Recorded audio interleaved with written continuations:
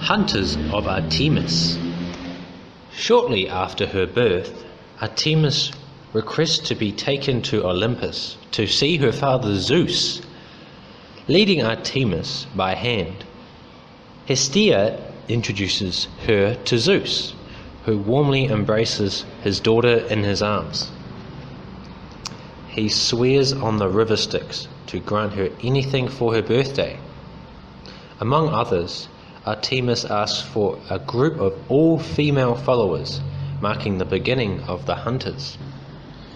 After acquiring a bow and arrows from the Cyclops and a pack of hunting dogs from Pan, Artemis assembles her group of followers. Many mortal girls and nymphs were delighted at the idea of freely living in the wilderness without being married off or courted by lovesick gods. Usually, only about 20 of the hunters accompanied Artemis at a time, while the remaining girls engaged in their own activities. Desiring a herd of golden deer to pull her chariot, Artemis gathers the hunters to assist in capturing them. Britomartis, a nymph who Artemis would later reward as a minor goddess, known as the Lady of Nets, sets snares and conceals nets to capture their prey. The other hunters make noise to lure out the golden deer, and as expected, 4 of them charge straight into the traps. The 5th runs off to safety and is given Artemis's blessing. As the protector of young women, Artemis would punish men who dared to lay eyes on her hunters. Actaeon was one such man who fell victim to Artemis' wrath. After a hard day of hunting, Actaeon stumbles upon Artemis and the hunters bathing one night. Falling in love at the sight of Artemis, Actaeon reveals his presence to the goddess and insists that she marry him.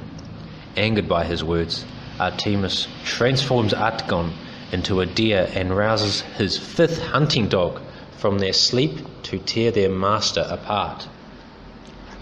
A boy by the name of Cyprates also catches Artemis bathing one time. Begging for mercy not to meet a fate similar to that of Actaeon, Cyprates is instead changed into a female by Artemis, who offered him the choice of death or gender change. Having accepted the latter, Cyprates joins the hunters. Artemis' favourite hunter was Callisto, who managed to attract the attention of Zeus. While she was separated from the other hunters, Zeus appeared to her in the form of Artemis himself. While attempts to seduce Callisto, but when she rejects his advances, he reveals his true form and has his way with her. Ashamed of what had happened, Callisto attempts to keep the encounter with Zeus a secret. Her pregnancy is exposed, however, when the hunters go swimming in a lake one day. Unable to forgive Callisto for breaking her vow of maidenhood, Artemis sadly transforms the girl into a bear, warning Callisto that the next time they meet, she will have to kill her.